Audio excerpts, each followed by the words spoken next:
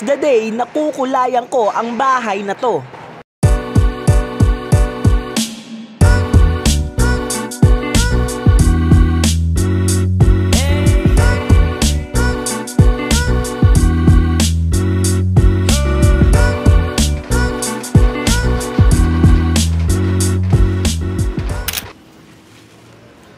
Thank you po.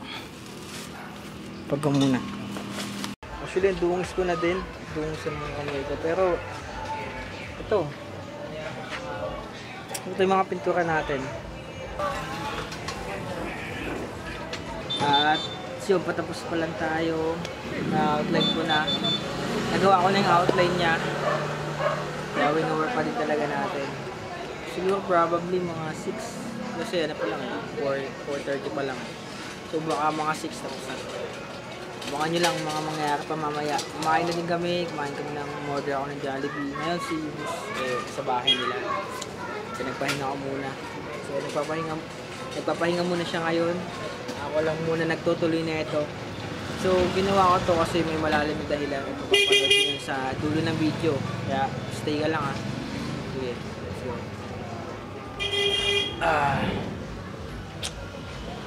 Hassle boy, pero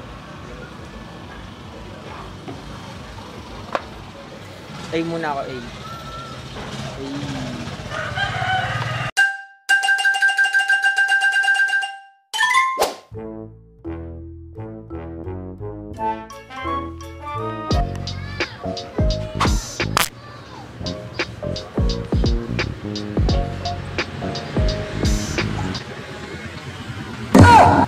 Gulong-gulong mo.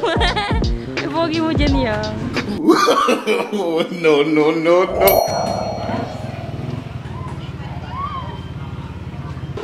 Alright guys, time check. It's still hassle.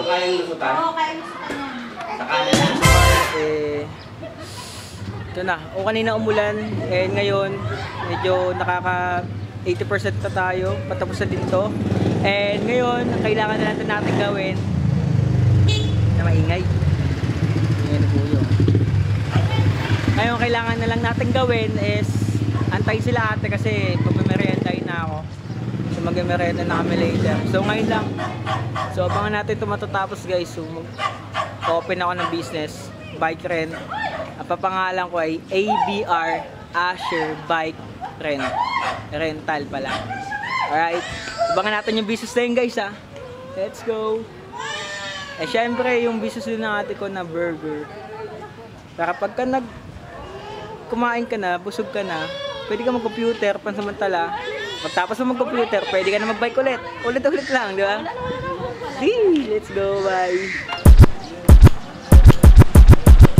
Na, panoodin mo sa vlog ko yan ha.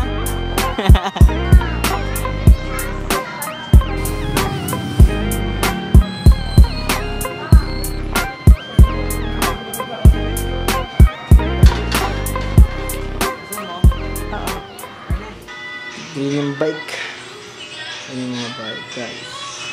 May bike, may computer, at may kainan. So ngayon, inaayos na namin ito nila ni ate. Siya kasama ko dito guys. Dami binili. Bumili din kami ng plywood para matakpan to, di mapasukan ng daga. So ito, boys yan. 4 PM na. 4 PM na lagpas. So yun. Yun din yung ginawa ko sa drawing ko. Makikita nyo. Ginawa ko din sa drawing.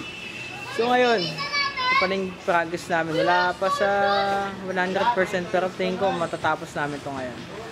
So antay-antay lang.